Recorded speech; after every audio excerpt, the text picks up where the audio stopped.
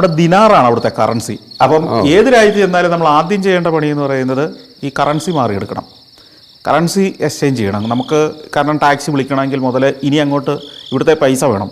Credit card ഉണ്ട് എന്ന് പറഞ്ഞതുകൊണ്ട് ടാക്സിക്കാരോ അങ്ങനെയൊക്കെയുള്ള ആളുകൾ അത് സ്വീകരിക്കില്ല പലപ്പോഴും. പല രാജ്യങ്ങളിലും ടാക്സിക്കാർക്ക് ക്രെഡിറ്റ് കാർഡ് പോരാ, കറൻസി തന്നെ വേണം, അവിടുത്തെ കറൻസി തന്നെ വേണം. അത് അപ്പോൾ ഞാൻ അവിടെ ആദ്യം തന്നെ ഈ എയർപോർട്ടിൻ്റെ അറൈവലിൽ എപ്പോഴും കാണും കറൻസി എക്സ്ചേഞ്ചുകൾ, അല്ലെങ്കിൽ 2-3 ATM മെഷീനുകളുണ്ടാവും. ഒഫീഷ്യലായി ബാങ്കുകളുടെ തന്നെ കറൻസി എക്സ്ചേഞ്ചുകളുണ്ടാവും. അപ്പോൾ അതിലൊരിടത്ത് പോയി ഞാൻ ദിനാർ മാറിയെടുത്തു.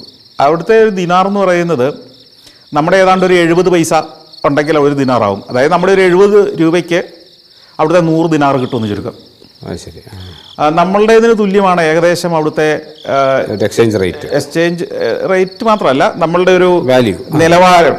ഇപ്പോൾ നമ്മളിവിടെ ഒരു കുപ്പി വെള്ളത്തിന് ഒരു 15-20 രൂപ കൊടുക്കണം എന്നുണ്ടെങ്കിൽ അവിടെ ഒരു 25 ദിനാർ കൊടുക്കേണ്ടി വരും. അപ്പം താരതമ്യേന ഏതാണ്ട് സമാനമാണല്ലോ. അപ്പോൾ അവിടെ പ്രീപെയ്ഡ് ടാക്സികളൊക്കെ ഉണ്ട്. പക്ഷേ ഞാൻ പുറത്തേക്ക് ഇറങ്ങിക്കഴിഞ്ഞപ്പോഴാണ് പ്രീപെയ്ഡ് ടാക്സി ബുക്ക് ചെയ്തില്ല എന്ന് ഞാൻ ഓർക്കുന്നത്.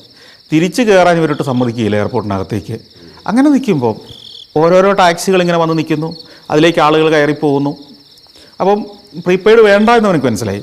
അപ്പോൾ ഒരാളുടെ കാർ വന്ന് നിന്നു, ഒരു മധ്യവയസ്കൻ. ഞാൻ അതിനകത്തേക്ക് ഇന്ന് കയറി. എനിക്ക് സിറ്റിയിലേക്ക് റിപ്പബ്ലിക് സ്ക്വയറിലേക്കാണ് പോകേണ്ടതെന്ന് പറഞ്ഞു. റിപ്പബ്ലിക് സ്ക്വയർ എന്ന് പറഞ്ഞു. കയറിക്കോളാൻ പറഞ്ഞു. ഞാൻ കയറിയിരുന്നു. പൈസ എത്രയാവും? അയാൾക്ക് ഇംഗ്ലീഷ് കുറച്ച് വാക്കുകളൊക്കെ അറിയാം. അയാൾ പറഞ്ഞു, മീറ്റർ ചൂണ്ടിക്കാണിച്ചിട്ട് പറഞ്ഞു, ഇതേ കാണുന്നത് തന്നാൽ മതി. വളരെ ഫ്രണ്ട്ലി ആയിരുന്നു. ഞാൻ യാത്ര ആരംഭിച്ചു.